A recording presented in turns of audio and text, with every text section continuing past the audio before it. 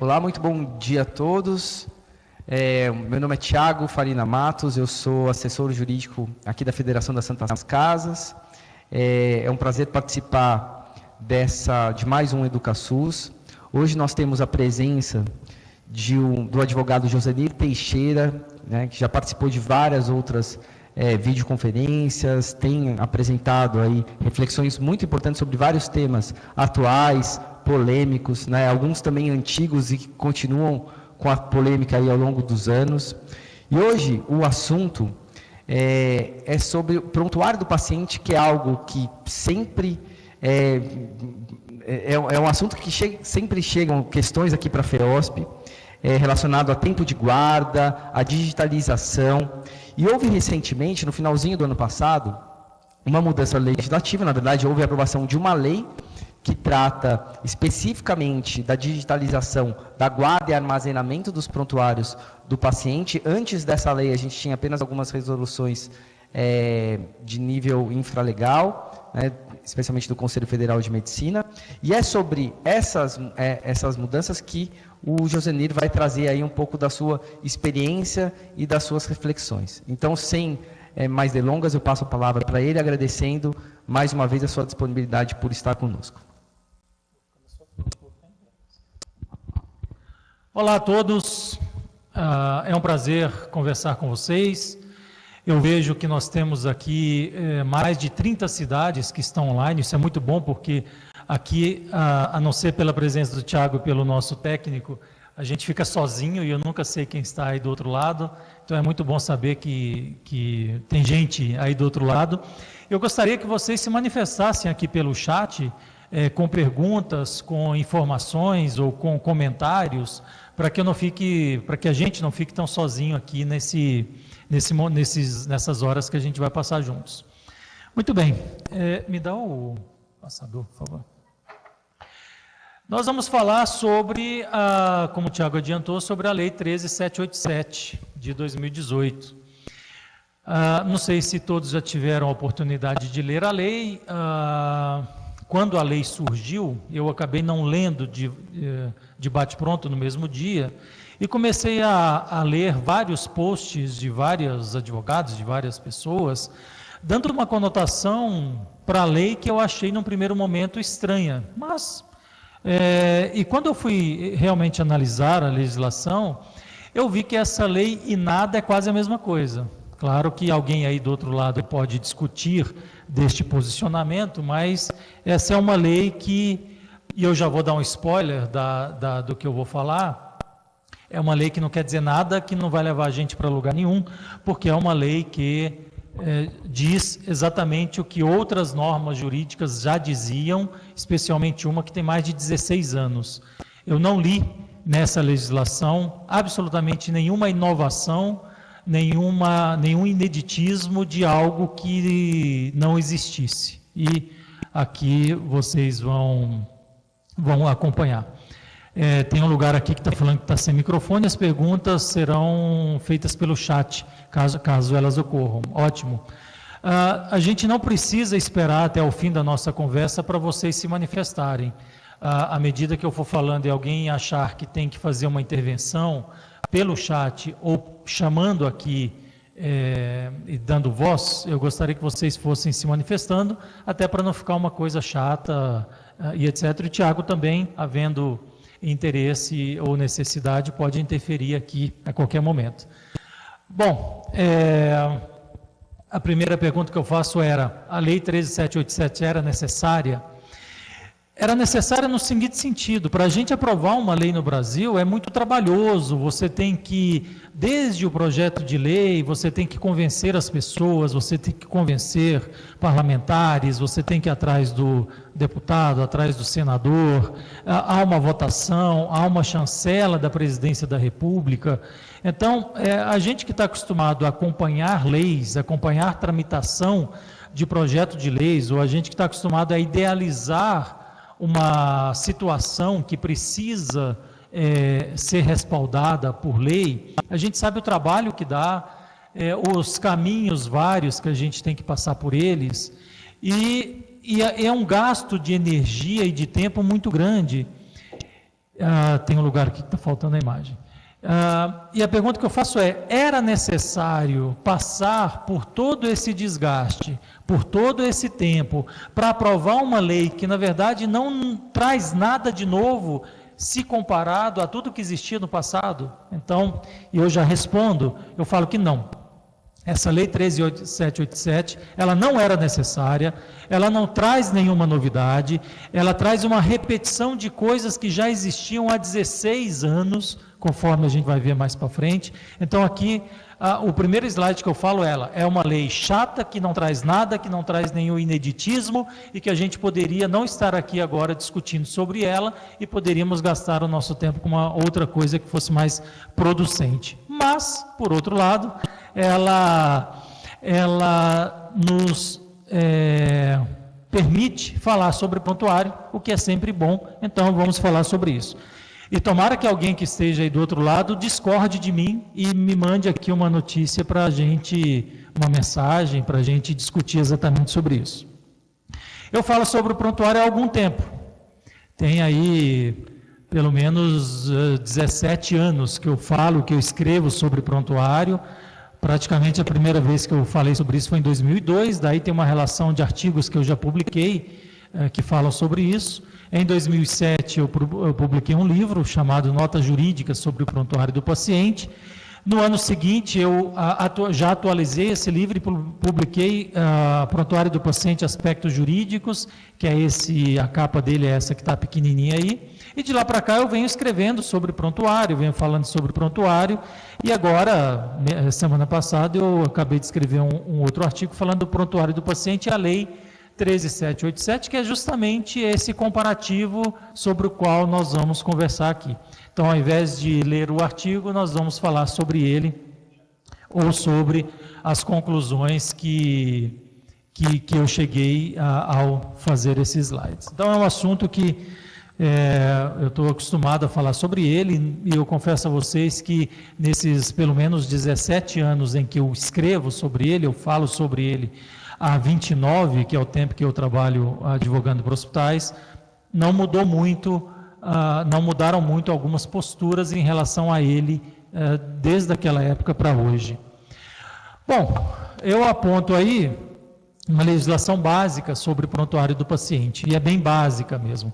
Então, quem quiser entender ou saber ou falar sobre prontuário, no mínimo tem que dar uma estudada em todos esses itens básicos, por isso que eu coloquei ali que realmente é básica, sobre prontuário. Resoluções antigas, leis, decretos, tem implicações no Código Civil, no Código Penal, no Código de Processo Penal, no CPC, na Constituição, obviamente, e aí, mais recentemente, nós temos algumas resoluções do Conselho Federal de Medicina, e tem a lei que a gente está tratando, e que também tem a Lei 13.709, mencionada na Lei 13.787, lá no artigo 1º, e tem também o Código de Ética Médica, que a sua 8ª edição vai entrar em vigor agora, dia 30/4, 30 de abril, tem a entrada em vigor do novo Código de Ética Médica, que também não traz grandes modificações em relação ao atual Código de Ética vigente. Depois a gente pode até falar sobre isso numa outra oportunidade. Fica até a sugestão, Tiago, da gente criar uma outra aula para falar sobre o Código de Ética Médica e suas mudanças, mas que também, para quem já se debruçou sobre ele, viu que não tem grandes mudanças, essa é a grande verdade. Então aí é uma legislação muito básica sobre o prontuário, que precisa ser lida, entendida, compreendida e estudada por quem atua na área. A prontuário tem uma definição desde 2002, está lá numa resolução do Conselho Federal de Medicina, na 1638, e é uma definição muito importante porque ela traz uma série de informações, uma série de palavras, uma série de situações e uma série de conotações absolutamente importantes para tudo que vai se discutir a respeito de prontuário. A partir dessa definição que consta na resolução do Conselho Federal de Medicina, a gente pode destrinchar o que é prontuário, quais são as circunstâncias que gravitam em torno dele, justamente a partir dessa definição que o legislador foi muito feliz em trazer e em publicar dessa forma. Então, a definição é que ele é um documento único, e aí de cara você já elimina uma série de perguntas de se o prontuário do paciente atendido no pronto-socorro, ou no pronto-atendimento, ou na internação, ou o laudo do laboratório, ou a imagem, se tudo isso faria ou comporia um instrumento só, ou se seriam coisas distintas. E aí o Conselho Federal de Medicina entende que o prontuário é um documento único, ou seja, constituído por um conjunto de informações, sinais e imagens, ou seja, o prontuário elaborado no pronto-socorro, no pronto-atendimento, no ambulatório ou na internação, tudo isso é uma coisa só. Tudo isso torna-se um documento único que contém as informações do paciente e assim ele deve ser entendido e interpretado. E esse conjunto de informações, sinais e imagens registradas são geradas a partir de fatos, acontecimentos e situações. Ou seja, não se pode inventar nada, obviamente, com relação ao atendimento do paciente. Esse prontuário tem um caráter legal, tem um caráter sigiloso, tem um caráter científico, e essas características são mais aprofundadas nas resoluções do CFM e também até na Lei 13787, e todo esse conjunto único de informações e documentos, ele tem que possibilitar a comunicação entre os membros da equipe multiprofissional e a continuidade da assistência prestada ao indivíduo. E aí entra, por exemplo, algo que ainda é inimaginável nos dias de hoje, e é uma situação que eu enfrento há 30 anos, desde que eu comecei a atuar dentro de hospitais, e passados 30 anos a gente tem o mesmo problema hoje ainda, e eu tenho certeza que aqui as quase 30 cidades, os mais de 30 hospitais que estão me ouvindo, e vocês que trabalham nesses hospitais, também têm esse mesmíssimo problema que perdura pelo menos há 30 anos, que é a maldita letra ilegível do médico ou dos demais profissionais que escrevem nesse prontuário. A gente poderia eliminar este problema a partir da utilização do prontuário eletrônico, do prontuário sem papel. Dos 6.700 hospitais que nós temos no país, menos de 300 deles têm prontuário eletrônico ou não escreve mais em papel. E por que um percentual tão baixo de hospital em utilizar o prontuário eletrônico? Porque é caro. É uma plataforma cara, é um parque tecnológico muito caro que precisa ser criado para que ele efetivamente funcione.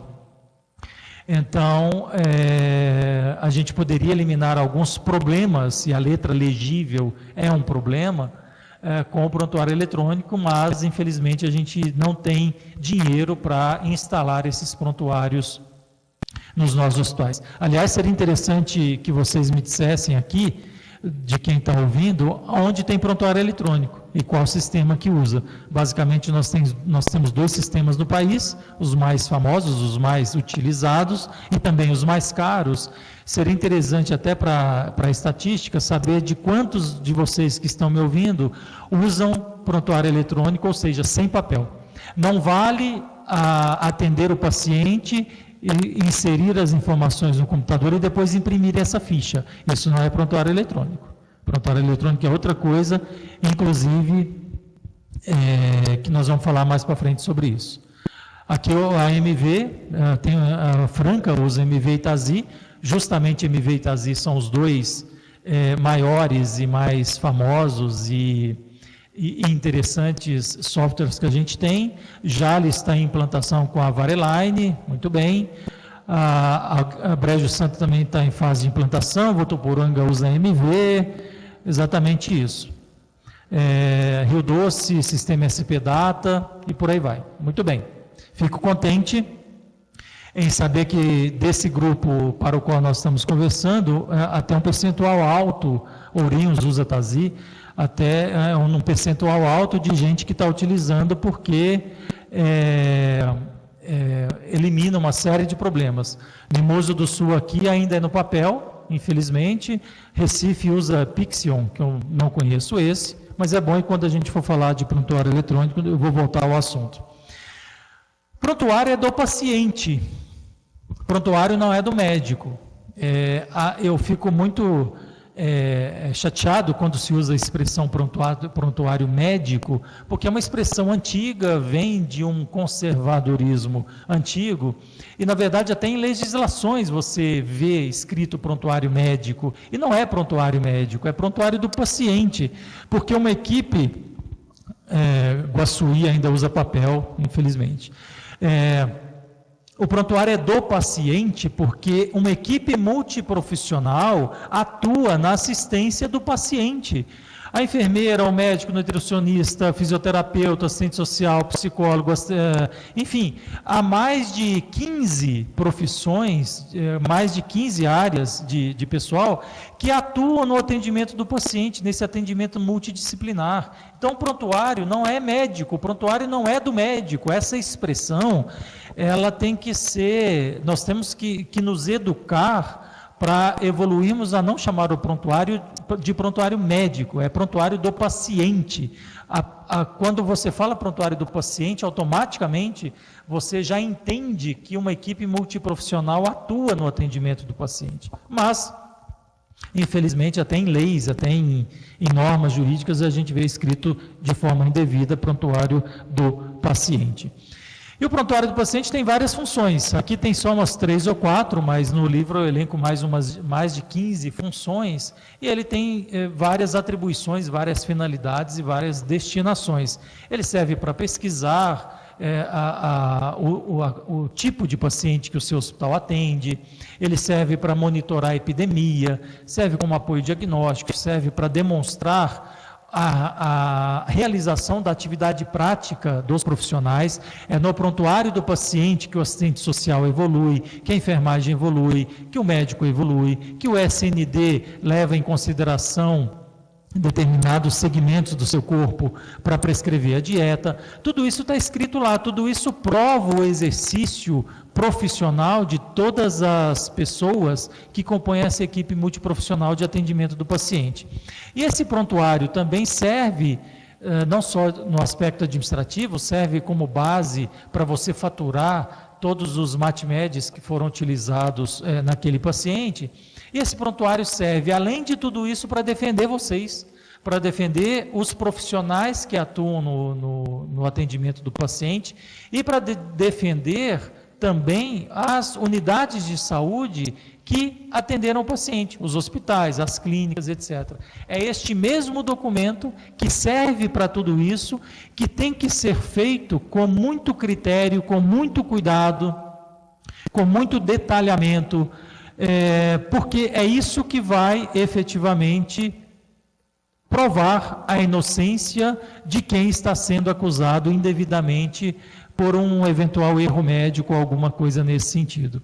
E é esse mesmo prontuário que, infelizmente, a gente vê que ele é mal feito, que ele é feito de forma apressada, a pessoa está saindo do plantão, já está atrasada para assumir o outro plantão no outro hospital, aí deixa de evoluir alguma coisa que seria interessante do ponto de vista de evolução do quadro clínico daquele paciente. Se ela faz 12/36, ela só vai voltar 3 dias depois, e aí aquela informação que ela deixou de escrever pode ser importante para essa comunicação entre o paciente e aquilo acaba não acontecendo. E depois, quando tudo isso é colocado na mesa de um delegado, de um promotor, de um advogado que está interessado em processar o hospital, todos esses profissionais vão analisar esse prontuário de uma forma fria, sem contexto, sem saber que você estava atrasado para assumir o outro plantão. Ele vai analisar o que está escrito, e aquela informação que você deixou de anotar, dentro do contexto, pode ser absolutamente vital para que a inocência ou a culpa dos profissionais ou mesmo do hospital possa ser confirmada ou não confirmada. Eu me lembro de um hospital no Maranhão que eu atendia, e que grande parte da discussão do alegado erro médico foi justamente o quanto tempo que o paciente demorou para sair do centro cirúrgico, onde ele teve uma septicemia, uma falta de oxigenação, até entrar na UTI. Quanto tempo demorou para sair do centro cirúrgico para entrar lá? Existia uma folha de prontuário que falava o horário em que a parada cardiorrespiratória foi detectada e o início das manobras de ressuscitação. Tentou-se fazer isso por alguns minutos e tinha o horário da chegada desse paciente na UTI. E esse tempo era absolutamente importante, porque essa paciente que entrou para fazer uma cirurgia eletiva de hérnia de disco, ela saiu tetraplégica do hospital. E essa falta de oxigenação era muito importante se saber quanto tempo demorou entre a saída dela do centro cirúrgico e a entrada na UTI. E essa folha sumiu. Desapareceu essa folha do prontuário, então a gente não pôde identificar isso dentro do prontuário. Aí a perícia técnica identificou lá uma série de situações e o hospital e o médico foram condenados a pagar uma indenização vitalícia para essa paciente. Ela era uma professora, servidora pública do Estado, ela tinha menos de 50 anos e ficou em tetraplegia, e enfim, isso já deve ter uns 20 anos e eu não sei se ela morreu ou não, mas fato é que o hospital foi condenado a pagar uma indenização muito grande, a fazer toda a assistência 24 horas dela, etc, etc. Então, esse prontuário tem uma importância absurda para os nossos estabelecimentos de saúde e, infelizmente, o que a gente vê no dia a dia é uma falta de cuidado com este documento, principalmente quando ele ainda é feito de forma manual. O eletrônico, de certa maneira, ele não se perde, ele não some, você entende o que está escrito nele, então a coisa fica mais restrita à discussão técnica mesmo. O prontuário não é um favor que o hospital, que o médico, que o enfermeiro faz ao paciente. Há normas jurídicas que prevêem a obrigatoriedade de elaboração desse documento chamado prontuário, conceituado da forma como a gente falou ali agora há pouco.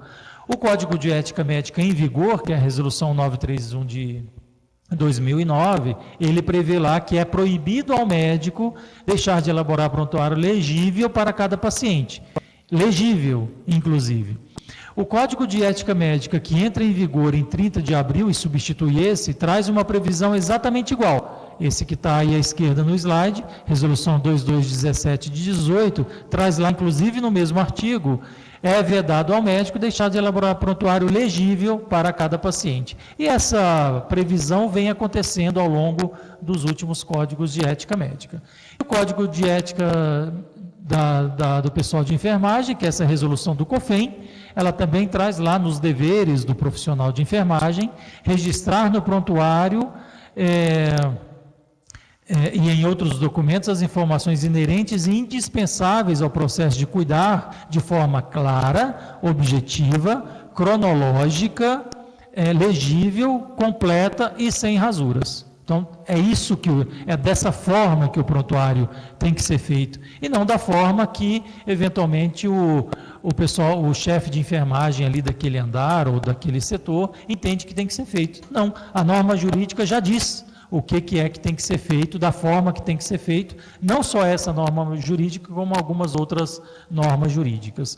E o código do pessoal de enfermagem prevê lá também que é proibido registrar informações incompletas, imprecisas ou inverídicas sobre assistência de enfermagem prestada à pessoa, família ou coletividade. Ou seja, não é um favor que se faz ao paciente, é uma obrigação legal decorrente de normas jurídicas específicas e que tem que ser feito de acordo com algumas outras normas jurídicas específicas que delimitam o que tem que conter dentro desse prontuário, inclusive a forma e a ordem com que as informações têm que ser escritas nele. Há um questionamento aqui. O artigo 3º da Lei 13.787 esclarece que os prontuários originais poderão ser destruídos após observados os requisitos constantes do artigo 2º da lei. Sim, diz isso, a gente vai falar sobre isso daqui a pouco. No CFM, há artigo que cite também informações inverídicas e precisas.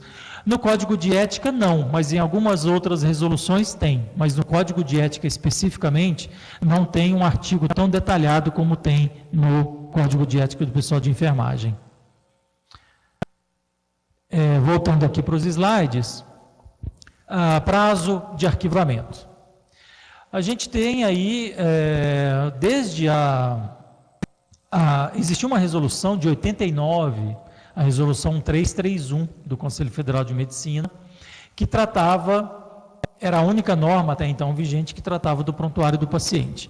Lá se falava, inclusive, de manutenção permanente do prontuário. Manutenção permanente é para sempre.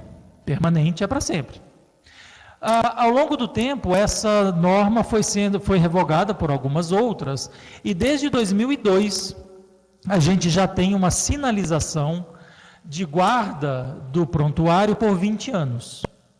A gente já tem uma sinalização em várias normas sobre isso, de 20 anos. E esses 20 anos, sempre há uma ressalva que é a partir do último registro. Então, isso quer dizer o seguinte: se você separou o seu prontuário de 20 anos, se você tem um controle cronológico desse prontuário, você separou um prontuário que tem 19 anos e 11 meses e 20 dias para ser incinerado, jogado fora, destruído, etc. e tal, para livrar espaço, inclusive, dentro do seu hospital.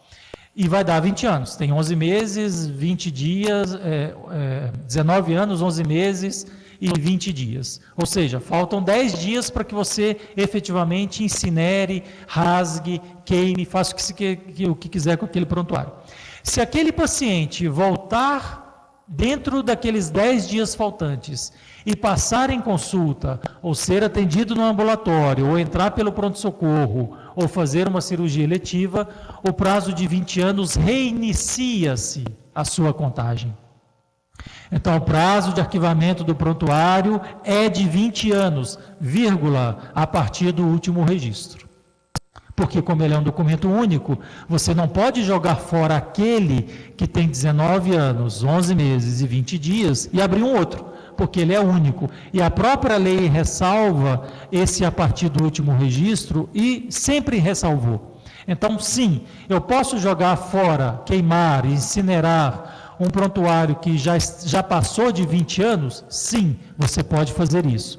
Salvo se, depois de 10 anos, o paciente voltou e passou em consulta de novo, aqueles 10 anos que passaram perdem-se e reinicia-se a contagem para 20 anos.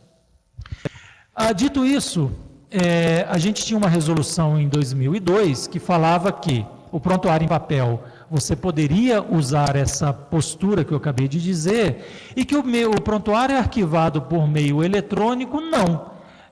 Usava-se de novo a palavra permanente. A guarda do prontuário, microfilmado ou digitalizado, ou mesmo eletrônico, era permanente, ou seja, para sempre. Quando mudou isso? Mudou agora com a Lei 13.787.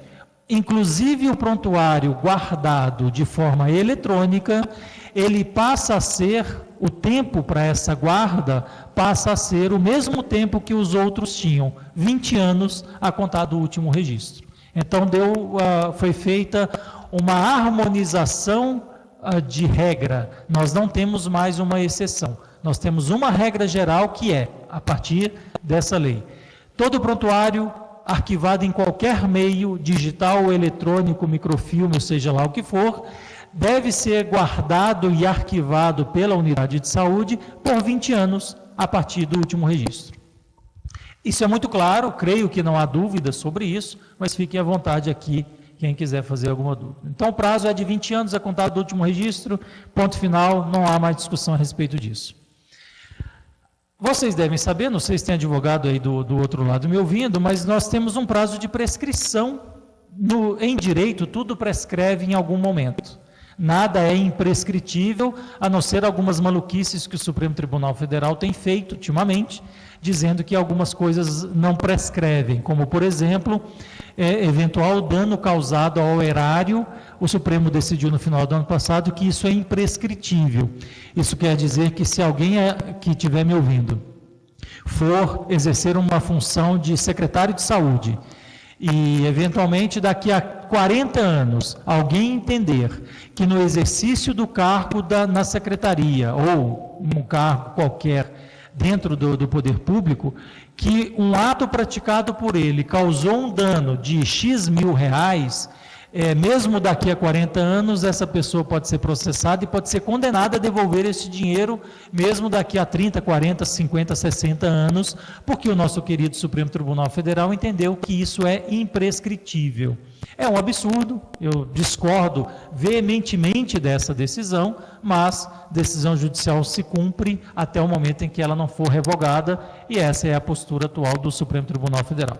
Mas, trazendo o assunto para a nossa realidade mais palpável, o prazo de prescrição para que você entre, para que o paciente eventualmente entre com uma ação de indenização contra o hospital, previsto no Código Civil, é de 3 anos. O Código Civil foi mudado em 2002. Antes dessa mudança, o prazo era de 20 anos, esse prazo de prescrição. Era muito. Talvez o prazo de prescrição hoje de 3 anos seja pequeno. A gente foi de 20 para 3. Mas não teve aí uma fase de transição. Então, o prazo de prescrição para a ação de indenização, por exemplo, de erro médico contra o médico e contra o hospital é de 3 anos. Isso previsto no Código Civil, que é uma lei 10.406 de 2002.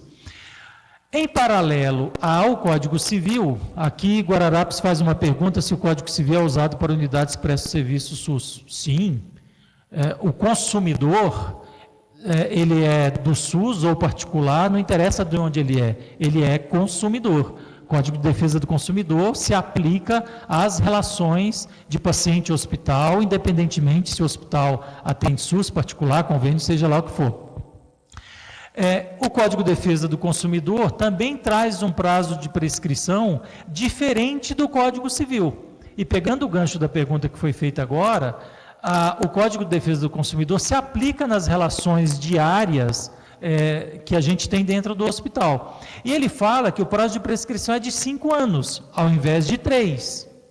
E mais, ele fala que o prazo é de 5 anos, iniciando-se essa contagem a partir do conhecimento do dano e da sua autoria. Exemplo clássico para ilustrar esse tipo de previsão. Você fez uma cirurgia num hospital, tem 10 anos, fez lá uma cirurgia qualquer, ou 10 ou 15 anos, seja lá o tempo que for. Um belo dia você acorda com uma dor no abdômen, aquela dor se acentua, você vai para um hospital. Ao ser atendido e ao ser diagnosticado, eles entendem que tem que fazer uma cirurgia em você, e ao fazer uma cirurgia para tentar identificar o motivo daquela dor, eles descobrem uma compressa dentro do seu abdômen, ou uma gaze. Gaze é mais difícil, mas a compressa é mais fácil de ser encontrada, digamos assim. E aí você fala, bom, mas da onde veio essa compressa? E aí você se lembra que há 10, 15 anos fez uma cirurgia num determinado hospital, e aquela compressa que foi encontrada agora só pode ter sido esquecida naquele momento, porque foi a única cirurgia que você fez nesse meio tempo. A partir do momento em que se encontrou essa compressa no seu abdômen, ou seja, a partir do conhecimento do dano, que é o que está escrito aqui no artigo 27 do Código do Consumidor, inicia-se o prazo de prescrição de 5 anos. Se você já fez a cirurgia há 15, já te teria prescrito, tanto com base no Código Civil, quanto com base no Código do Consumidor. Mas, na verdade, de acordo com o Código do Consumidor, esse prazo de 5 anos se inicia a partir do conhecimento do dano e da sua autoria. Tem uma decisão várias decisões do STJ, como essa que está aí no slide, confirmando exatamente isso. O termo de início do prazo prescricional inicia a partir do momento em que é possível ao titular do direito, quem é o titular do direito? O paciente, reclamar contra o fato de ter sido encontrada a gaze ou a compressa depois de 15 anos, no exemplo que eu estou dando. Algumas perguntas que vieram enquanto eu estava falando. Com a nova lei, uma vez que o prontuário for digitalizado, o papel pode ser descartado? Sim. A gente vai falar sobre isso daqui a pouco. E mais uma pergunta: feita a digitalização e observar todos os requisitos presentes, tal, pode-se destruir o documento físico? Também sim. A própria lei vai falar sobre isso. Voltando aqui para o slide, do que fala então a lei, entrando especificamente nela, a lei 13.787? Primeiro, ela não fala de prontuário eletrônico. Quando a lei foi editada, eu comecei a ler muita coisa falando do prontuário eletrônico, que ela regulamenta o prontuário eletrônico, que isso, que aquilo outro. Quando eu fui ler, eu vi que ela não trata disso. Então, a Lei 13.787 não trata de prontuário eletrônico. Então, as regras incidentes em relação ao assunto prontuário eletrônico não foram mudadas por conta da Lei 13.787. Bom, se essa lei não trata do prontuário eletrônico, do que ela trata então? É uma lei curta, só tem 7 artigos, que são esses aí que estão resumidos para vocês. É uma lei bem tranquila de se ler. 2 artigos desses 7 são básicos e não trazem nenhuma previsão, porque eles tratam de critérios legais para que uma lei exista. O artigo 1º fala que a digitalização do prontuário é regido por ela, e o artigo 7º fala que ela entra em vigor na data que ela foi publicada. Então, de 7 artigos, você tira 2 que são óbvios e não tratam de nenhum direito material, você fica com 5 artigos. Então, essa lei só tem 5 artigos que são relativamente curtos para você se debruçar sobre ela.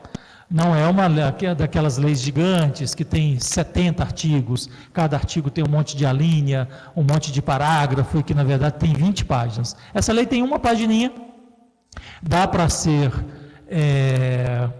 analisada tranquilamente. Inclusive, a última pergunta que eu respondi, se digitalizado e cumprido os requisitos, pode destruir o documento físico, lá no artigo 3º da lei está a resposta.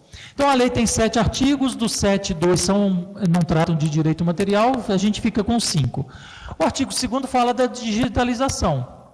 A digitalização deste documento, do prontuário, e como é que se digitaliza o documento, o prontuário? Nós temos 2 formas, o meio digital e a microfilmagem, que estão previstas numa outra resolução do Conselho Federal de Medicina, que a gente vai falar daqui a pouco.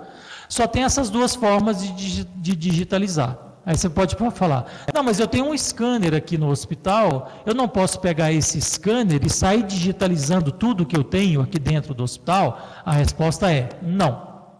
Você não pode pegar o scanner que você tem aí dentro do seu hospital e começar a digitalizar todos os documentos que você tem e jogar tudo fora. Você não pode fazer isso. E por que você não pode fazer isso? A resposta está no artigo 2º dessa lei. Porque a digitalização a ser feita, ela precisa assegurar integridade, autenticidade e confidencialidade, e você tem que se valer das normas e das chaves previstas no ICP Brasil. O que é o ICP Brasil? Está escrito lá. É uma tecnologia que tem que ser validada para que essa digitalização aconteça.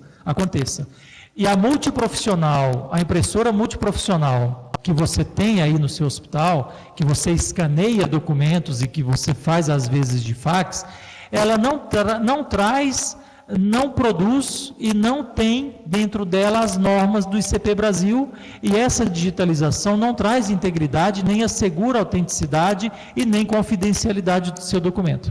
Você pode falar, não, mas eu ponho o papel, o prontuário lá, digitaliza, eu salvo aquilo, tem integridade, tem autenticidade, tem confidencialidade, tá, mas você não tem legitimidade para aferir ou assegurar isso que o artigo 2º da lei faz. Então, você não pode sair digitalizando o prontuário do seu hospital usando a impressora ou o scanner que você tem. Você tem que usar 2 métodos que estão previstos numa outra resolução que a gente vai falar daqui mais para frente.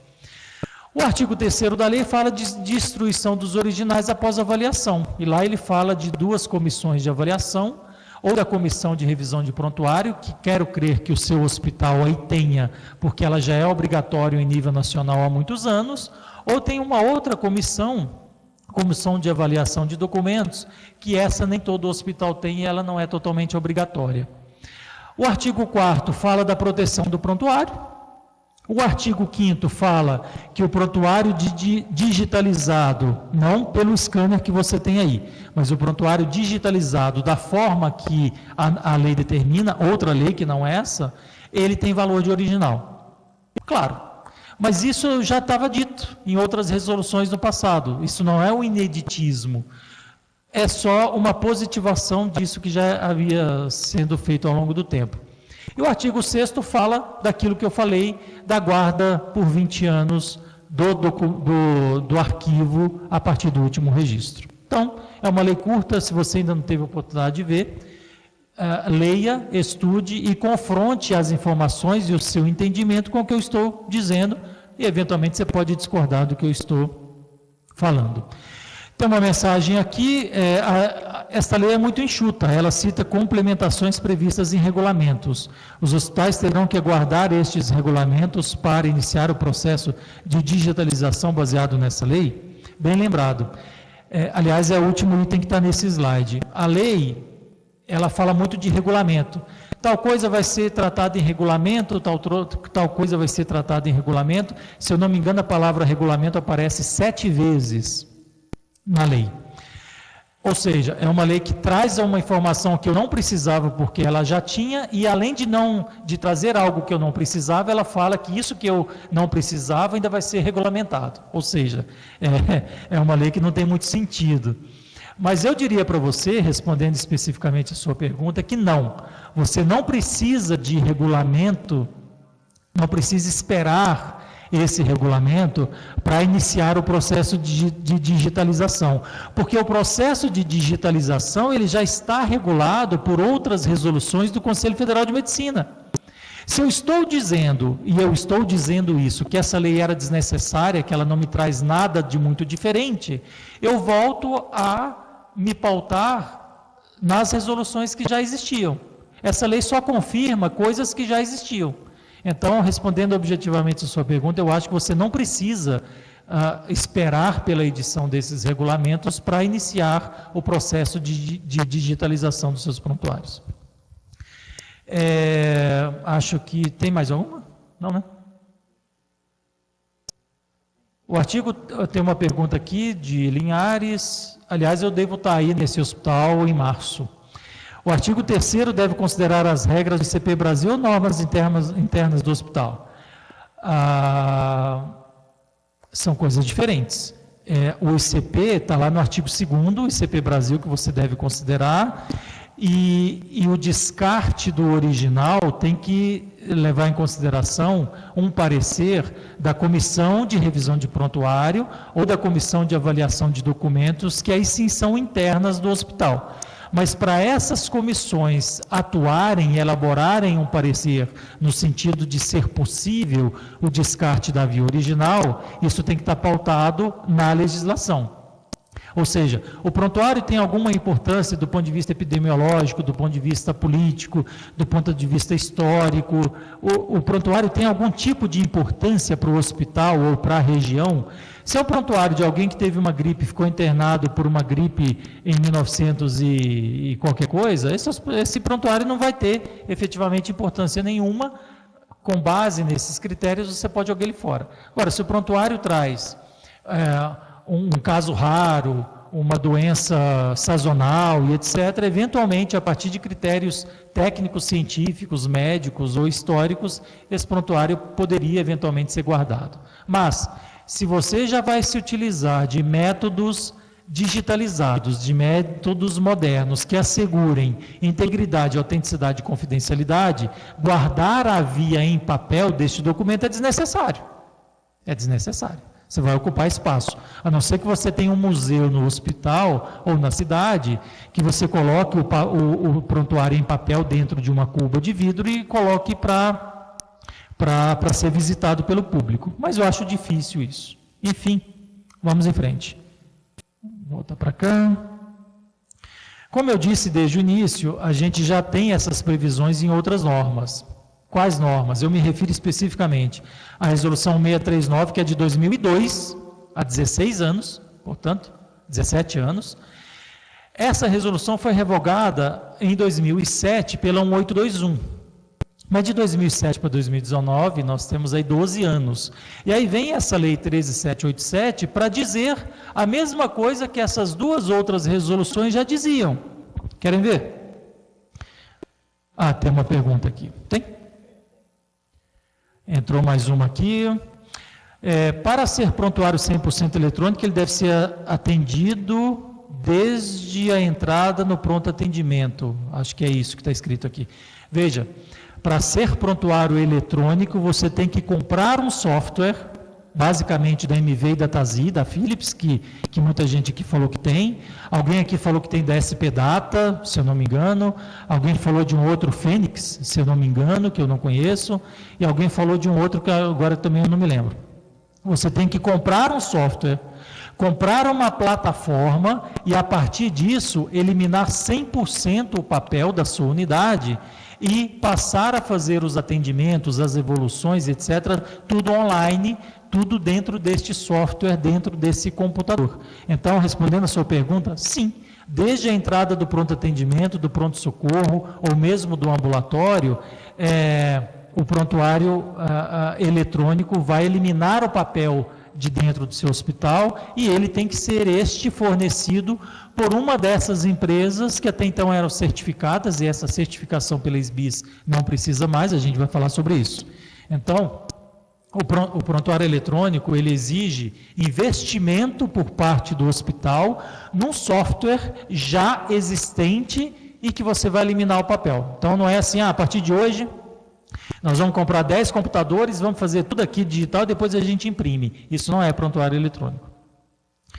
Uma outra pergunta, há necessidade de documentar o descarte do prontuário com mais de 20 anos? Sim, eu faria um documento. A lei fala que para você descartar o prontuário, você tem que ter um posicionamento escrito e favorável da Comissão de Revisão de Prontuário ou da Comissão de Avaliação de Documentos.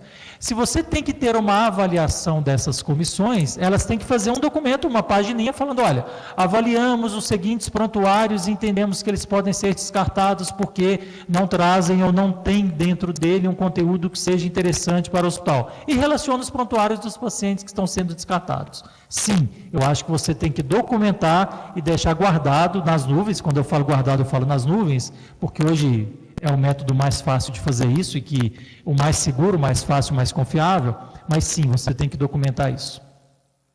Tem mais uma. Essa avaliação do prontuário.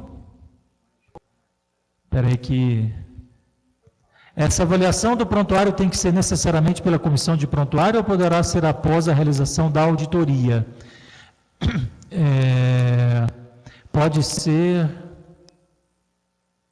Peraí.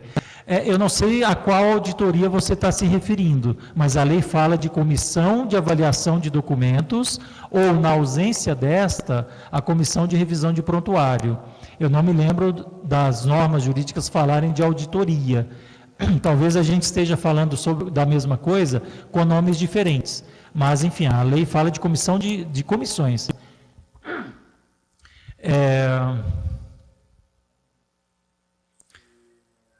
Espera aí que a gente está tentando ler a outra que está chegando.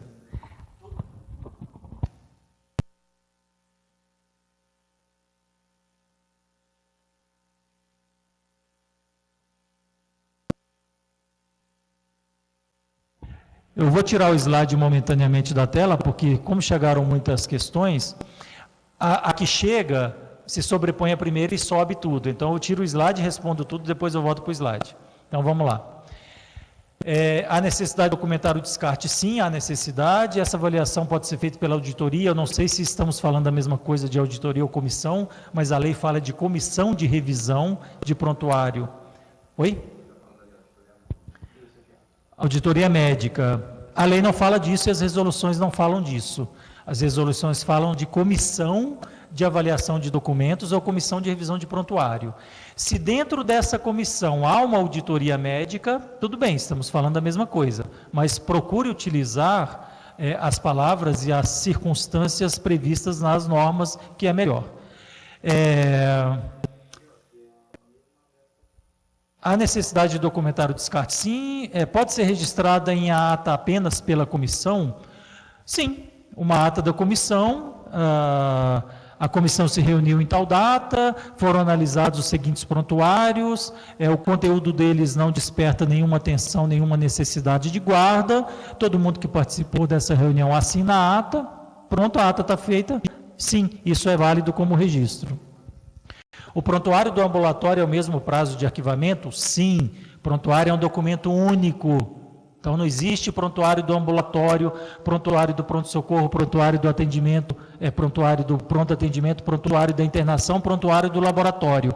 Existe prontuário do paciente composto por todas essas peças.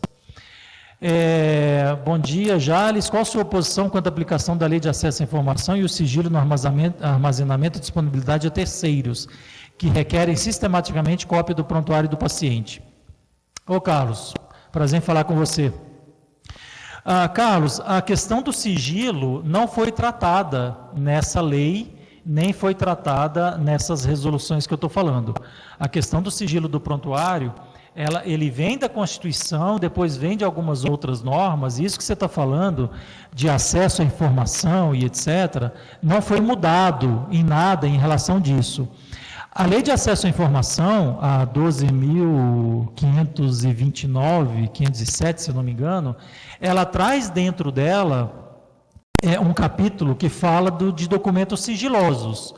E o prontuário se insere dentro desses documentos sigilosos. E uma outra coisa que a gente vai falar aqui mais para frente, que é a LGPD, a Lei Geral de Proteção de Dados, que foi editada em 2018 e que entra em vigor em 2020, ela também, e aliás essa lei é mencionada no artigo 1º da 13787, que a gente está falando agora, a LGPD traz também a classificação de documentos, etc. e tal, e fala de documentos sigilosos. E o prontuário do paciente vai se inserir de novo dentro dessa exceção de documentos sigilosos. Então, assim, e o Tiago vai ajudar a complementar essa informação. As autoridades que pedem cópia de prontuário, etc., etc., esse é um problema que a gente sempre teve dentro do hospital, mas assim, a nossa postura continua a mesma e ela não muda com a 13787, não vai mudar com a LGPD, que é com a 13709, não muda com nada. E aí o Tiago quer complementar alguma coisa em relação a isso, porque ele é um useiro e vezeiro da Lei de Acesso à Informação, ele tem uma casuística grande e forte de usar essa lei, mas obviamente que ela não se aplica, que o prontuário é uma exceção a essa regra. Tudo bem, Carlos? Ótima a sua pergunta. Eu acho que ela traz a possibilidade da gente também alimentar essa discussão com temas que dialogam muito bem com essa nova lei. A Lei de Acesso à Informação, ela é uma lei que, para essas questões específicas, para pedidos ativos, né, o cidadão quer alguma informação que não sejam aquelas que obrigatoriamente as autoridades têm que disponibilizar no seu portal, ela não se aplica diretamente às instituições filantrópicas, né? Ela se aplica, o cidadão, no caso, ele teria que formular a pergunta para o agente público, que tem um convênio com a Santa Casa, se for o caso, em questões relacionadas com a aplicação do recurso, a Santa Casa repassar a informação para o agente público e esse sim entregar para o cidadão. Independentemente da aplicação da Lei de Acesso à Informação a essa questão relacionada ao prontuário, como o Josenir comentou, o paciente tem direito de ter acesso aí a todas as informações que constituem o prontuário do paciente. E nesse aspecto, eu queria aproveitar o Josenir aqui para já alimentá-lo com uma nova pergunta. Considerando que o paciente tem direito de solicitar acesso à cópia do seu prontuário, né? Essa é uma das dúvidas que mais chegam até aqui a assessoria jurídica da FEOSP. E a dúvida é a seguinte: existe alguma previsão legal tratando da forma, do fluxo que deve ser estabelecido, obedecido pelo hospital para disponibilização dessa informação, se há um fluxo definido em ato normativo, se há um prazo definido em ato normativo para dispensação, entrega de cópia do prontuário. Caso não exista, você sugere alguma diretriz de boas práticas para os hospitais observarem, a fim de atender esse direito do paciente, e ainda de obtenção da cópia, e ainda aproveitando aí a pouca inovação dessa legislação, tentando trazer um assunto que esse sim provavelmente vai trazer uma mudança de paradigma. A gente teve recentemente publicado pelo Conselho Federal de Medicina a lei que trata da telemedicina. E essa lei, no artigo 3º, parágrafo 3º, diz lá que todos os dados relacionados a imagens, áudio, texto, e aí somando tudo isso, eu deduzo que o vídeo também, né, precisam ser preservados. Então você precisa ter gravado isso e guardar. E isso vai constituir, por óbvio, o prontuário do paciente. E o paciente, tal como isso já acontece, por exemplo, no programa de telemarketing, pode pedir a cópia do áudio, o arquivo de áudio daquela gravação, ele vai poder eventualmente pedir a cópia, ou o arquivo, aí não seria nem uma cópia, mas o arquivo do vídeo deste atendimento, enfim, desse contato que o paciente teve com o médico. Como você vê essa situação, como você enxerga aí, também dentro dessa resposta de disponibilizar para o paciente, né, e também tomar um cuidado para que essa informação seja repassada para o paciente, né, que é o detentor aí desse direito, e não para terceiros, claro, a não ser nos casos permitidos por lei, né? Como é que você vê aí esse diálogo entre essas normas? Tá.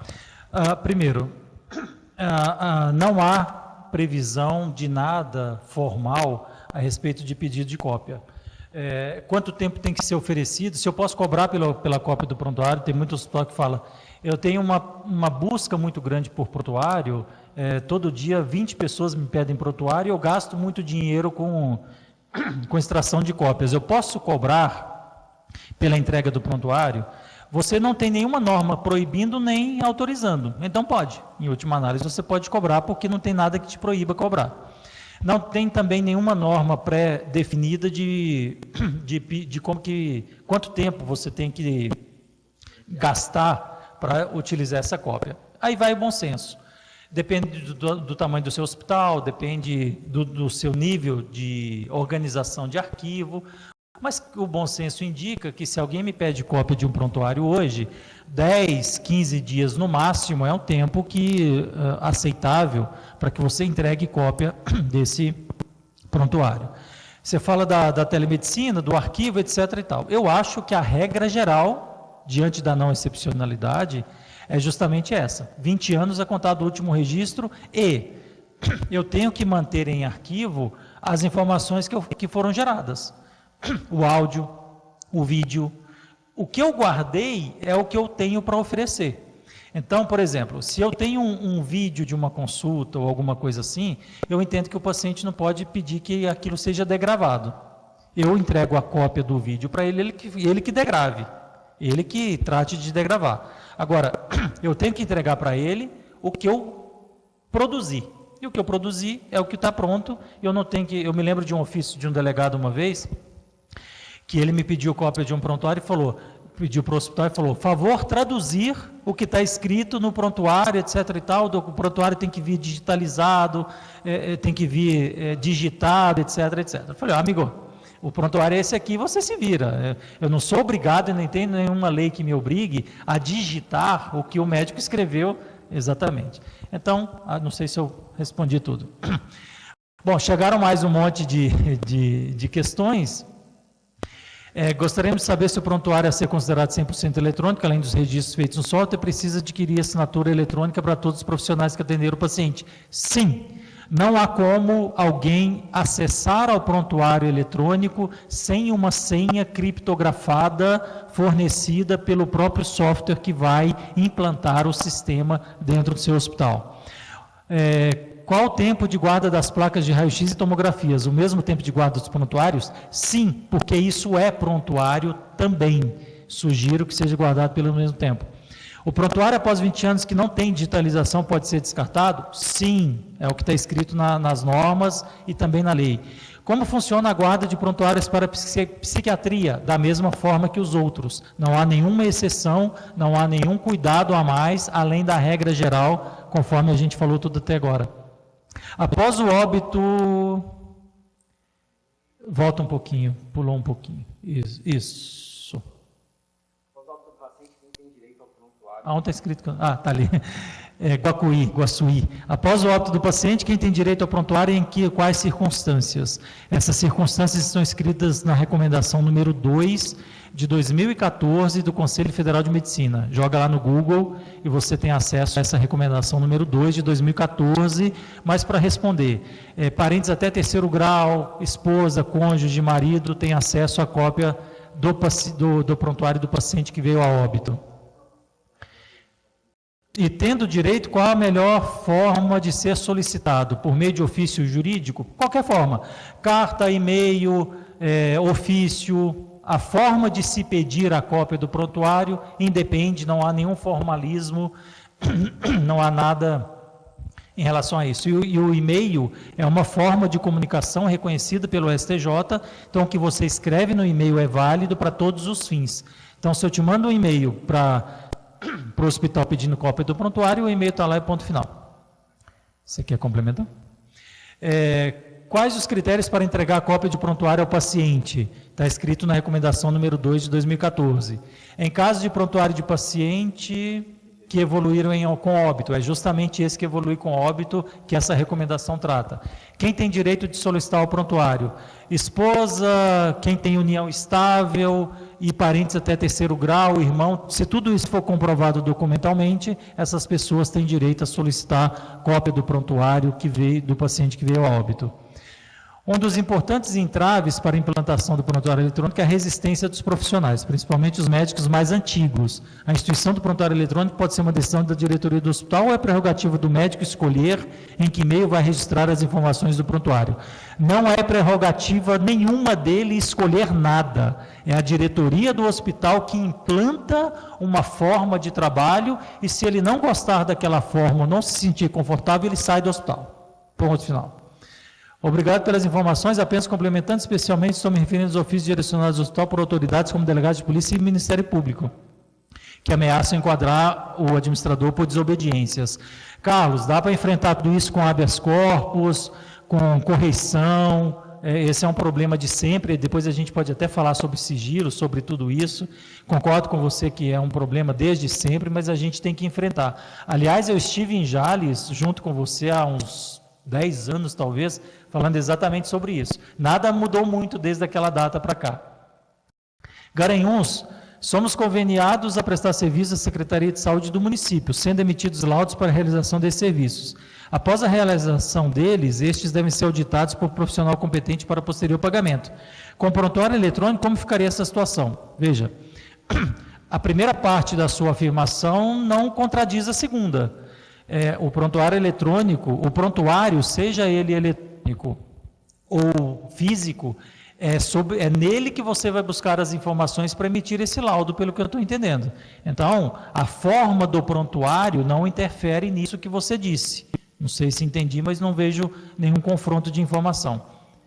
Quem pode retirar a cópia do prontuário? Aqui talvez eu tenha captado o que você está dizendo quem pediu não é a mesma pessoa que quem vai retirar. Às vezes você manda um motoboy pegar, alguma coisa assim.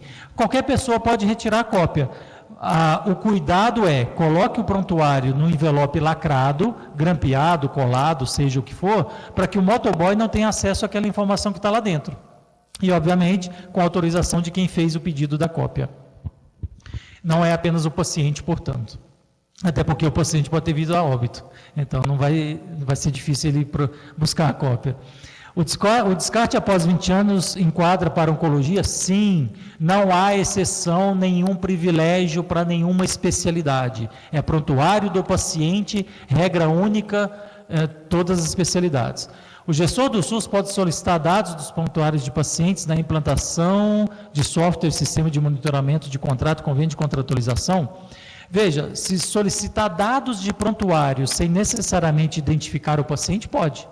Porque o sigilo aquele quadro clínico é do paciente João. Nada impede de eu falar daquele quadro clínico sem identificar o paciente. E se a Secretaria de Saúde precisa da informação, talvez seja para monitorar a população local, essa coisa toda, não vejo problema. Sobre o prontuário 100% eletrônico, nos referimos não ao acesso ao sistema, e sim quanto à necessidade de aquisição de certificados digitais para todos os profissionais que atenderem o paciente. Uma coisa não é desassociada da outra. Você não tem como acessar o prontuário sem certificado digital ou sem senha específica para aquele produto. Então, não tem como desassociar.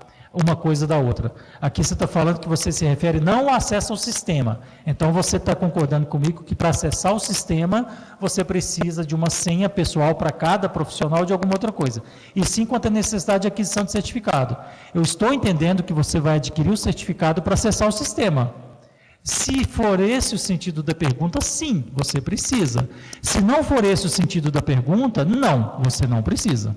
Eu acho que essa questão também sobre a certificação digital, acredito que a tendência é que todos os profissionais, todos os cidadãos vão ter um certificado digital, porque praticamente hoje...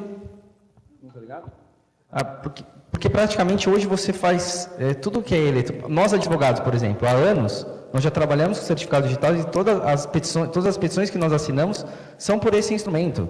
Né? E a tendência até barate ainda mais. Só para as pessoas também terem uma ideia, a gente paga em torno de R$200, que vale por 3 anos, não é mais ou menos isso? R$200, R$300 que vale por 3 anos, para ter acesso a essa assinatura. Acredito que a tendência é que todos os profissionais, não só profissionais, mas todos os cidadãos, para assinarem digitalmente, que é o que a gente mais faz ultimamente, vai ter que ter um certificado desse, vai ser quase como um CPF. Acredito até que vai se tornar algo gratuito, né? Algo como um documento de identificação. Exatamente, vai ser nesse sentido. E mesmo, nós advogados já temos isso há alguns anos, e até porque processo digital você não consegue acessar sem isso. Agora, o cidadão, enquanto só cidadão, não necessariamente advogado ou não tal, ele também tem que obter o certificado digital para acesso à Receita Federal, por exemplo. E as empresas também precisam do certificado digital, porque a contabilidade hoje é feita toda eletrônica. Então, o contador... O seu contador, do seu hospital, da sua empresa, da empresa limitada do médico, ou mesmo você, pessoa física, para acessar a contabilidade, precisa de certificado digital enquanto cidadão, e creio eu, isso que você falou é verdade, a própria declaração de imposto de renda, em algum momento, ela vai ter que ser feita com certificado. Então, é a tendência natural. Acho que ficar gratuito vai demorar muito, porque tem muita gente que ganha dinheiro com a emissão desse certificado, mas é uma tendência natural que não tem jeito. O médico é obrigado a carimbar os documentos por ele preenchidos ou simplesmente rubricar e colocar CRM? Veja, não há lei que exija o carimbo. O que precisa fazer isso que você falou aqui pelo fim, rubricar e colocar o CRM. A lei fala que o profissional da saúde, não só o médico, enfermeiro, seja quem for, tem que se identificar na prática do ato. Identificar na prática do ato é escrever seu nome, assinar e colocar o conselho profissional. O carimbo facilita isso, porque vem tudo escrito. Você bate o carimbo e já escreveu tudo. Então, mas eu já tive brigas de médico, não, eu não quero fazer o carimbo. Tá bom, então escreva seu nome e seu CRM toda vez que você evoluir um paciente. Como ele fazia isso todo dia, ele falou, não, eu vou comprar o carimbo, vou mandar fazer o carimbo. Ótimo, resolveu a porcaria do carimbo. E quando imprime, inclusive, não precisa carimbar, pode estar escrito digitado, né? Também tem... Exatamente. Outro dia também a gente estava discutindo, por mais que pareça uma coisa meio óbvia, né? Às vezes essa dúvida realmente assim, ela é muito importante. Estava atendendo um hospital que, além de fazer a impressão de uma receita, por exemplo, e constando o nome do médico, o CRM, ainda exigia que o médico carimbasse em cima daquilo, que era, na verdade, desnecessário. É claro que a gente, às vezes, peca pelo excesso, né? Com medo de surgir algum tipo de impedimento ou de barreira depois, em relação a algo que sempre foi daquela forma, né? Sempre foi utilizado o carimbo. A gente acaba, às vezes, tendo aí alguns posicionamentos até, na melhor das extensões, mais redundantes. Então, a ideia é que haja realmente essa identificação. Passar para outras perguntas aqui. Onde nós paramos? Aqui está falando, o Moarama está falando do prontuário do paciente, que foi a óbito, tem vários filhos. Um solicita cópia, os demais não querem que seja entregue. Qual a segurança do hospital fazer a entrega? Pode entregar. O filho, os outros filhos não são donos do prontuário. E uma coisa importante, o hospital não tem que entrar em briga de família. O hospital não tem que ir, mas a esposa veio pedir, a união estável veio pedir, não sei quem veio pedir. Isso não é problema do hospital. Então, o prontuário é do hospital e também do paciente. E outros filhos não têm o direito de falar ou de exigir que não seja entregue para um ou para outro. Todos têm direito, está lá na recomendação do CFM. Em caso de falecimento do paciente... É que ele vai mudando aqui, eu me perco. Em caso de falecimento do paciente, é necessário algum documento judicial para o parente ou responsável retirar o prontuário ou apresentação de certidão de óbito. Só a certidão de óbito, não precisa de autorização judicial nesse sentido. Já falei dos vários filhos, o custo de aquisição da assinatura certificado digital deveria ser arcado pelo profissional ou pela instituição. Depende do que está se fazendo. Se esse certificado digital está dentro de um processo de implantação do prontuário eletrônico, é o hospital que está disponibilizando isso e o custo é do hospital. O médico só tem que arcar se ele, por ele mesmo, como cidadão, precisar aquilo para trabalho. O Tiago lembrou bem. Se o hospital está implantando o sistema e vai exigir que todos os profissionais se adequem ao sistema, o hospital tem que pagar o custo inteiro do sistema. A assinatura deve estar legível, não pode ser apenas uma rubrica para substituir o carimbo. O nome do profissional tem que estar legível, é o nome do profissional. Ele tem que escrever o nome dele. Se usar o carimbo já está escrito, mas se ele não quiser usar o carimbo, escreva o nome toda vez. Não é assinatura, é o nome. E depois ele pode fazer o rabisco que ele quiser, mas eu tenho que saber quem é que produziu aquele ato. O prontuário eletrônico, o médico faz a alta do paciente no horário 8 horas, porém a enfermagem somente libera o paciente às 10. No relatório de alta está com horário diferente. Está correto o médico preencher novamente ou apenas escrever a caneta e assinar colocando o horário correto? Não sei se eu entendi bem, há uma discrepância de horário. No relatório da alta está com horário diferente. O que está correto o médico preencher novamente ou apenas escrever a caneta ou assinar colocando o horário correto?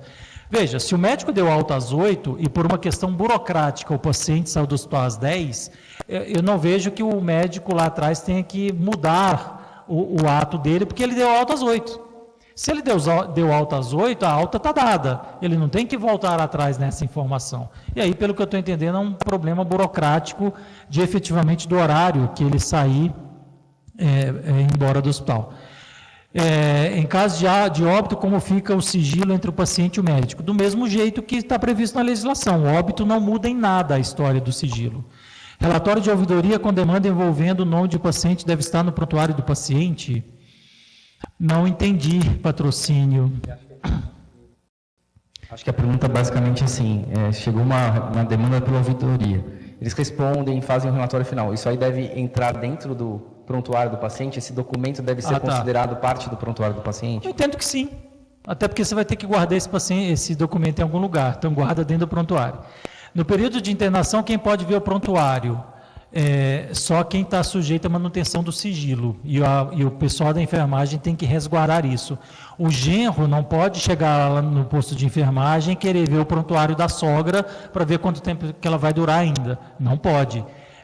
Se esse genro for médico, aí ele pode, porque ele está sujeito à manutenção do sigilo. Então, essa é uma questão delicada que tem que estar restrita só aos profissionais da área da saúde que atendem o paciente, ou, se um familiar também for da área da saúde, faça lá um termo de acesso e a obrigação de manutenção do sigilo. Mas não deve se permitir que familiares em geral, que não sejam da área da saúde, vejam o prontuário. Se o paciente estiver debilitado, quem pode solicitar o prontuário ao hospital? Se ele está debilitado e não tem condição de assinar, ele tem que ser interditado, tem que ser nomeado um curador ou um tutor. Isso não é desculpa. Eu tenho que ter legitimidade na solicitação da cópia. A pergunta com relação ao laudo é: atualmente o médico solicita o laudo para cirurgia para a Secretaria do município, que somos conveniados poder liberar a cirurgia. Ou seja, como vamos fazer para eliminar a via de papel entre solicitação do médico e liberação para a secretaria? Não sei se eu entendi, é um problema burocrático aqui, é um problema meramente burocrático. Se você tem o prontuário todo digitalizado, para você encaminhar a informação, você vai ter que fazer um ofício. Não entendi bem qual é o problema aqui. Eu acho que a dúvida dela, assim, ela vai ter que, parte desse fluxo de liberação depende de um contato com a secretaria. Então, parte do prontuário, provavelmente, ela vai ter que imprimir e encaminhar impresso para a secretaria, porque a secretaria não está num fluxo digital. Né? Basicamente é isso, é uma questão burocrática, como você mencionou. É questão burocrática. Se o prontuário é do paciente, o médico pode solicitar cópia dele. De que forma ele pode solicitar? O prontuário é do paciente, é do profissional da área da saúde e é do estabelecimento de saúde. O prontuário tem 3 donos. A expressão prontuário do paciente, a qual me referi, é porque o prontuário é dele no sentido de não ser só do médico. Quando eu falo que o prontuário é do paciente, não é que é só dele. O prontuário também pertence a todo e qualquer profissional que atua no atendimento da assistência do paciente. E por uma determinação da resolução 821, ele fica arquivado dentro do hospital. O médico pode solicitar cópia do prontuário? Sim. De que forma? Por escrito, por e-mail, por fax, por papel, qualquer outra forma. O raio-x no formato atual, como deverá ser digitalizado? Não sei. Deve ter uma regra aí específica da digitalização, uma foto. Eu conheço hospitais que tiram foto, mas aí tem que ver se essa foto não vai se perder com o tempo, como era com o problema do papel do fax. Não sei, é uma questão técnica que tem que ver com a empresa que vai digitalizar, como é que tipo de técnica ele aplica para que seja preservado. Na ficha de atendimento ambulatorial, o médico pode assinar e escrever o nome dele completo, colocar o CRM, é obrigatório, está escrito nas normas. As operadoras de saúde podem exigir cópias ou até mesmo o original do prontuário como critério para pagamento de faturas hospitalares? Não. Nunca a via original pode sair de dentro do hospital. Mas se ele insistir, entra com ação judicial ou descredencia aquele plano.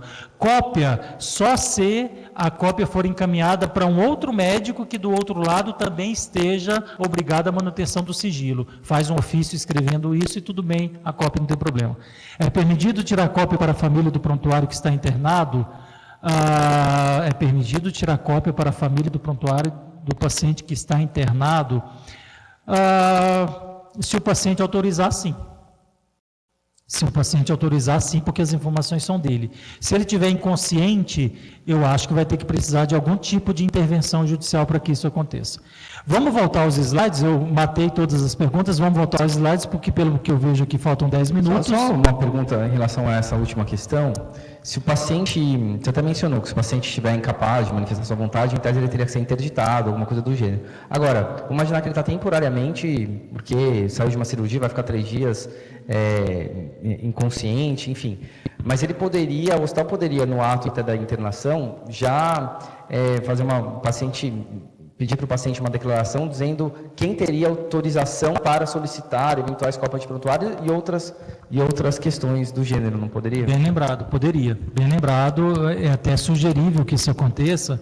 Isso me lembrou que os delegados de polícia, quando alguém vai fazer um boletim de ocorrência envolvendo a área da saúde, hospital, negligência, omissão, os próprios delegados já têm um formulário que a pessoa assina falando: autorizo o delegado de polícia a solicitar a cópia do meu prontuário, etc. e tal. Se o paciente autorizou e veio o ofício do delegado junto com a autorização, acabou a história. Pode. Aqui tem uma outra pergunta: enquanto o paciente internado, ele mesmo pode ver o prontuário? Claro, as informações são dele. Tem aí uma restrição que a gente poderia falar num outro momento, de um artigo constante do Código de Ética Médica, que fala que o médico não é obrigado a falar todo o quadro clínico para o paciente se aquela informação agravar o quadro clínico do paciente. Isso é uma outra história que a gente poderia ficar o dia inteiro aqui. Discussão, tudo, tem vários aspectos nessa discussão. Vamos voltar aqui para os slides, que eu tenho que acabar, faltam 10 minutos, me gera aqui. Aqui eu fiz um comparativo para provar isso que eu estou falando, da resolução de 2002 com a de 2007 com a legislação. Eu não vou pegar artigo por artigo, eu faço isso aqui, mas vejam, em 2002 falava-se de sistemas informatizados para guarda e manuseio de prontuário médico. Olha lá a expressão prontuário médico utilizada de forma indevida. A lei de agora fala digitalização e utilização de sistemas informados para guarda e armazenamento e manuseio de prontuário de paciente. Já trocou a denominação, mas é exatamente a mesma coisa. Vejam a correlação de 2002 para 2018. E por aí vai, eu faço essa correlação de todos os artigos da Resolução 639, da 1821 e da Lei 13787, e essa confrontação me permite afirmar que essa lei é uma cópia rasgada das resoluções anteriores e não acrescenta nada de novo nelas, a não ser há possibilidade de descarte também do prontuário guardado por meio eletrônico depois de 20 anos, porque até então era manutenção permanente. Vejam, o artigo 6º da resolução de 2002 falava de digitalização de armazenamento, e a lei agora fala de digitalização, armazenamento, assegurar a integridade, etc, etc. Tem algumas normas, algumas previsões que não estão previstas, que não foram previstas lá no passado, mas é uma mera questão de organização, não é nenhuma decisão jurídica específica. Ali está a autorização ao emprego de microfilmagem e digitalização, isso está previsto desde a resolução de 2002, o que está valendo é essa aqui, artigo 3º da resolução 821, autorizar o uso de sistemas informatizados para guarda e manuseio de prontuário de paciente para troca de informação, eliminando a obrigatoriedade de registro em papel, tal. Não autorizar, isso aqui não tem correspondente, os documentos originais poderão ser destruídos, aí a correlação de uma coisa e da outra. Isso aqui são coisas novas que a lei traz, que as outras resoluções não trazem, mas é uma mera questão operacional, não é nada absurdo. Decorrido o prazo de 20 anos a partir do último registro, isso já estava lá desde 2002, no artigo 2º e no artigo 4º, foi só atualizado. Prazos poderiam ser fixados em regulamento. Ali está falando, uma das 7 vezes que se fala de regulamento, prazos diferenciados para a guarda de prontuário de paciente em papel digitalizado poderão ser fixados em regulamento, de acordo com o potencial de uso em estudos e pesquisas nas áreas da ciência da saúde, humanas e sociais, bem como para fins legais e probatórios. Não sei se isso vai acontecer, não existe ainda o tal regulamento, talvez esse regulamento venha e fale. Para hospitais universitários esse prazo é maior porque lá tem um potencial de uso em estudos maior, talvez venha essa separação, mas por enquanto não tem nada nesse sentido. Está aí a previsão da Comissão Permanente de Avaliação de Documentos, e a lei fala que os documentos originais poderão ser destruídos após a sua digitalização, observados os requisitos do artigo 2º, após análise obrigatória de Comissão Permanente de Revisão de Prontuários e Avaliação de Documentos. Se a análise é obrigatória, tem que ser gerado um documento dessa análise, que alguém disse aqui no passado, que pode ser uma ata. Sim, pode ser uma ata, mas você tem que ter uma comissão de revisão de prontuário, a comissão de revisão de prontuário tem uma resolução do CFM específica para ela, como é que ela se compõe, como é que ela tem que se reunir, o que ela tem que fazer, e etc, etc. Então, para você descartar, você tem que ter a comissão tem que registrar formalmente tudo isso, está escrito aí na lei, que já estava em 2007. Tem 12 anos que já existe essa previsão. Aqui não tem problema, também revogação, é só confrontação, confronto até o fim das previsões. O que a lei mudou? A única coisa que eu entendo efetivamente de mudança foi a possibilidade de destruição dos prontuários arquivados em meio digital depois de 20 anos. A única coisa efetiva que mudou. Muita gente fala da digitalização, não, porque agora ele diz que a digitalização produz efeito de original, mas isso já tinha. Então, não vejo sentido.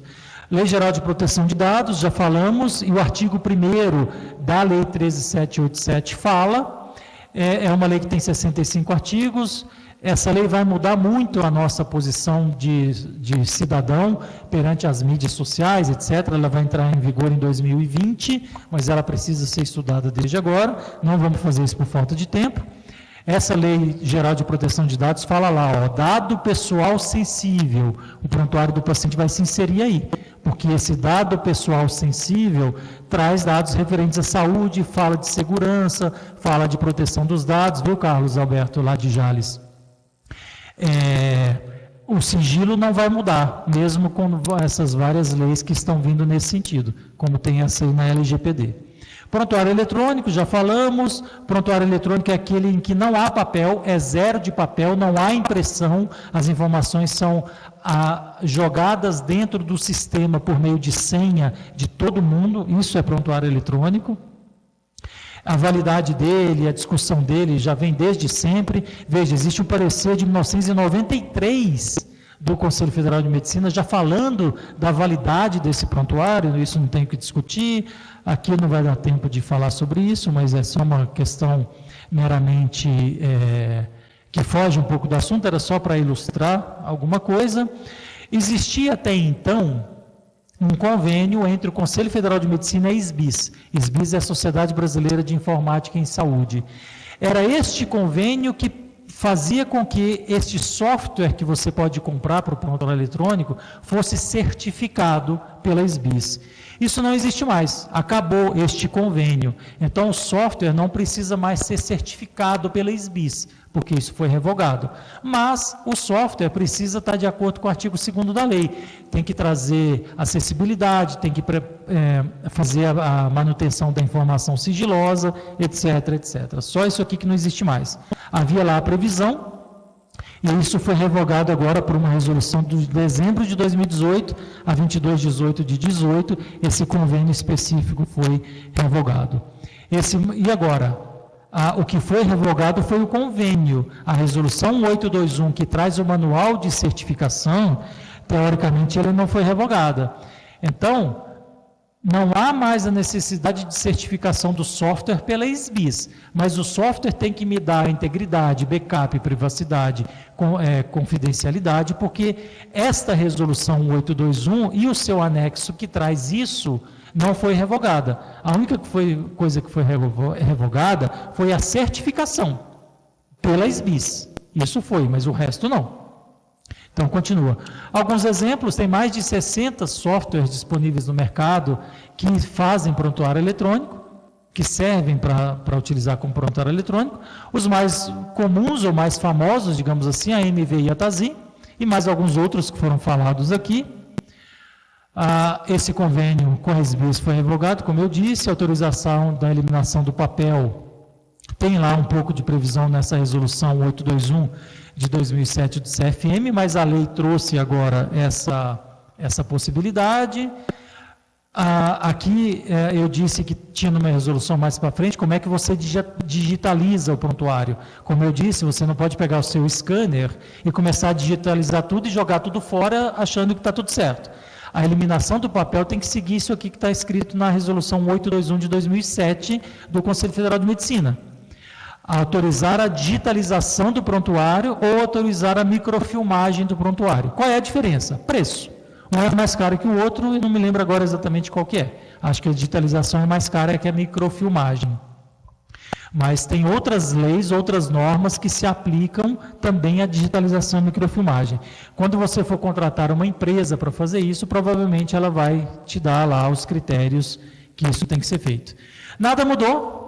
Praticamente, então, diante dessa lei, como eu disse desde o início, o prontuário continua representando uma segurança para quem trabalha direito, uma ameaça para quem faz o prontuário de uma forma imperfeita, de uma forma não muito atenciosa, e uma barreira intransponível contra reclamações de alguém que entenda que tenha sido cometido um erro, alguma não conformidade. É este prontuário que nós, advogados, vamos conseguir defender vocês que trabalham no hospital, tanto no âmbito dos conselhos profissionais, quanto na justiça criminal, na justiça civil, etc, etc.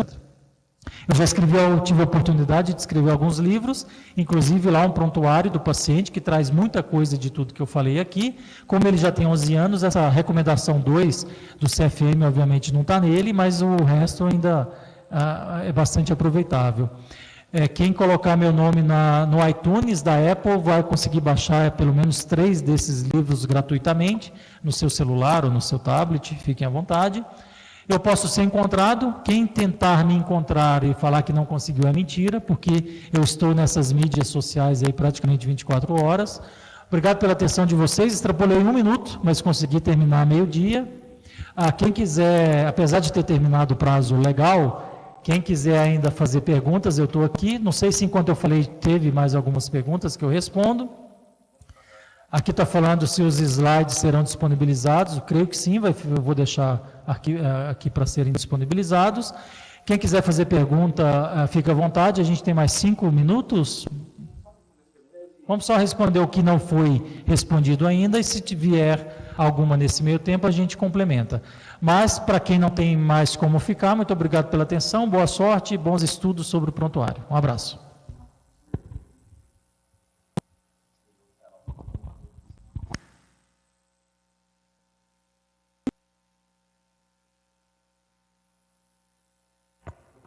Pessoal, a gente vai fazer o seguinte, a gente vai responder as perguntas que já foram lançadas aqui, como, devido ao adiantado da hora, e todas as pessoas provavelmente aí devem ter seus compromissos, vou pedir para que não façam novas perguntas, porque senão a gente vai ficar aqui até o final do dia.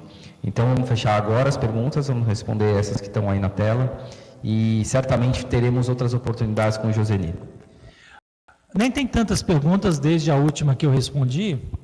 Qual a orientação para casos de extravios de prontuários? Bem lembrado, você tem que fazer uma comunicação ao Conselho Federal de Medicina, que é quem vai te fiscalizar caso esse documento seja extraviado.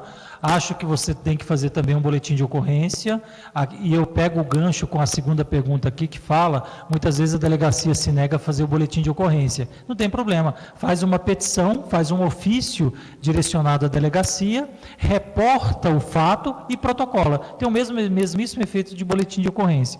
Então, quando extraviar, pegar fogo, fazer alguma coisa, você tem que comunicar ao Conselho Regional de Medicina e também faça um BO, ou se não conseguir fazer BO, faz uma petição historiando os acontecimentos e protocola com as autoridades. Na comissão de avaliação de prontuário, apenas um integrante deverá assinar digitalmente ou todos deverão assinar o mesmo prontuário? Acho que não é o mesmo prontuário, é a mesma ata. Todos que participarem da comissão têm que assinar a ata para validar os assuntos que foram discutidos ali naquele momento, inclusive a autorização para descarte de prontuários. Quem pega em prontuário tem direito à insalubridade? Depende do local físico em que ele está arquivado. Não. E quem vai dizer isso, na verdade, vai ser um médico, um engenheiro do trabalho, que vai analisar o ambiente onde o prontuário está arquivado e vai determinar se lá tem algum grau de insalubridade. Só se for muito mofo e o cara fica lá dentro muito tempo, é que vai caracterizar a insalubridade. Nunca tive nenhum caso em 30 anos de insalubridade por manuseio de prontuário. Então, creio que não. Franca agradece, eu que agradeço a atenção, um abraço para você. Obrigado, Recife, Guaçuí. Guaçuí ou Guacuí? Guaçuí. Brejo Santo, muito boa, pena que o tempo foi limitado. Pois é, o tempo é sempre muito curto. Usamos o sistema SPData, não sei o que é, e a assinatura dos profissionais é escaneada. Isso é válido? Isso deve estar validado na própria plataforma desse sistema. Não sei te dizer, teria que ver se o sistema... Creio que sim, porque o sistema tem que validar tudo isso. Se o sistema está dizendo que é assim, creio que é assim, mas teria que analisar. Vocês podem me enviar os slides? Acho que não, vai ficar numa plataforma, porque eles são pesados. Espera aí que...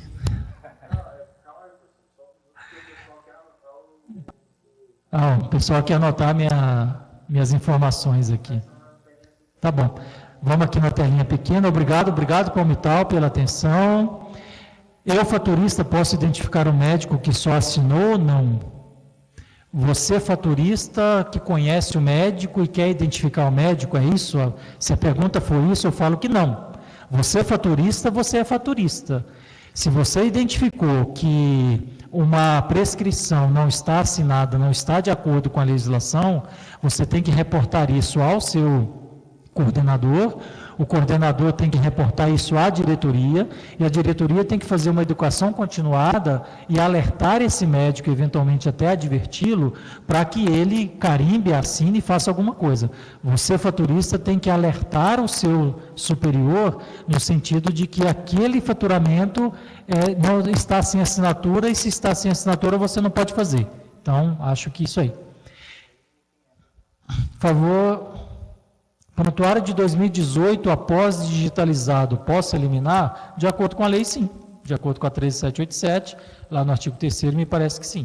Desde que você digitalize seguindo as normas, as normas legais da digitalização, que a gente nem falou aqui, mas existem normas legais que a empresa que você vai procurar para digitalizar vai te alertar. Que mais aqui? Agradecemos, eu também agradeço. Obrigado, Afonso Cláudio, Batatais, também muito obrigado. Tem mais alguma ali naquela sequência?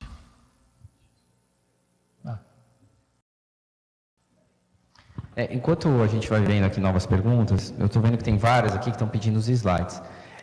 Aqui a gente tem todo um fluxo próprio em razão da plataforma. Se vocês tiverem necessidade dos slides, não conseguirem acessar pelo fluxo ordinário, entrem em contato com a Tatiana, aqui da Federação das Santas Casas, que ela pode eventualmente encaminhar esse material. Tem uma pergunta interessante ali, volta um pouquinho, por favor, de médico residente, lá de Manhuaçu. Manhuaçu. Os médicos residentes podem ter acesso ao prontuário e podem tirar fotos para estudos ou apresentações? Ótima pergunta. O médico residente é médico, ele tem CRM.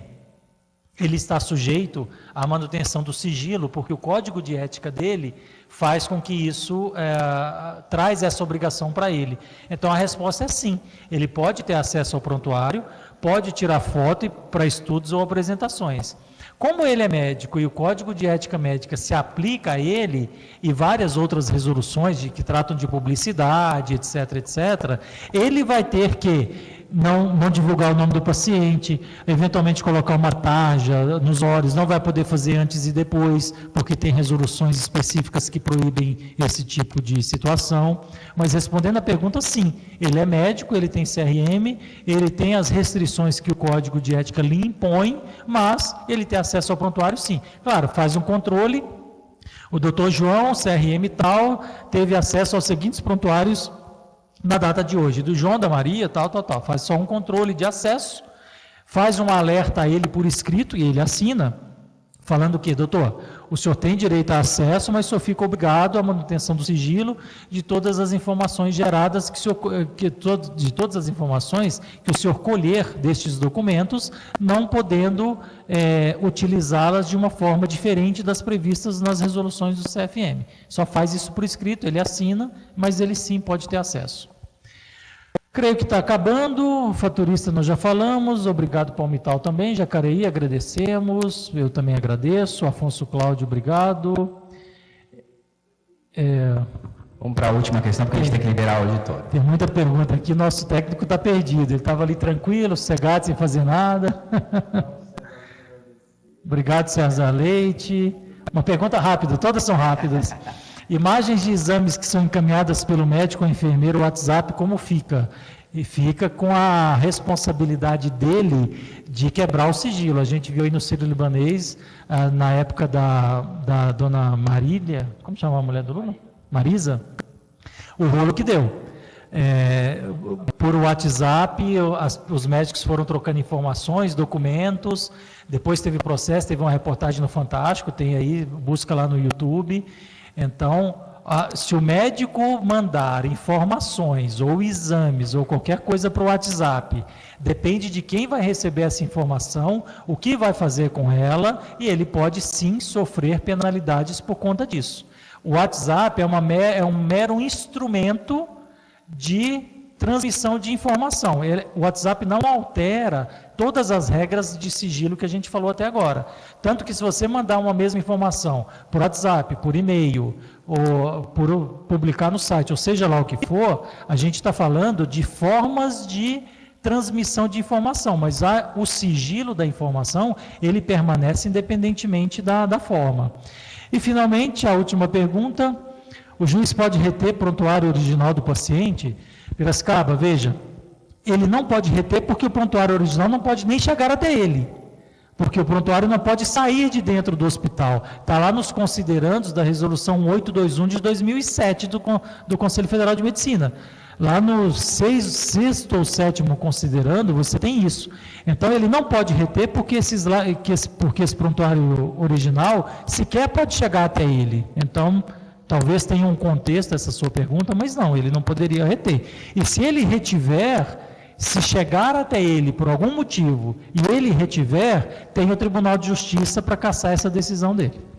Muito obrigado, grande abraço, Tiago. Cara, eu que agradeço, você sempre aí presente com a gente, sempre ilustrando muito bem aí essas questões que a princípio parecem emblemáticas, depois parecem até simples, depois de tudo que você fala. Lembrando que a gente já colocou aqui no chat o e-mail da Tatiana, então quem quiser o slide pode mandar um e-mail para ela. Daqui a 2 dias, o vídeo e os slides estarão disponíveis aqui na plataforma do EducaSUS, aqui não, mas no site do EducaSUS, educasus.org.br. Então, e para acesso público, é bom destacar, isso é de acesso público, a pessoa tem que fazer um cadastro, mas qualquer cidadão pode acessar e ter acesso a essas informações. Então, vocês podem aí compartilhar isso, fazer posts nas suas redes sociais, enfim, é muito importante que a gente possa compartilhar esse conhecimento. Então, mais uma vez, meu amigo, muito obrigado e espero revê-lo aí muito em breve. Um grande abraço a todos.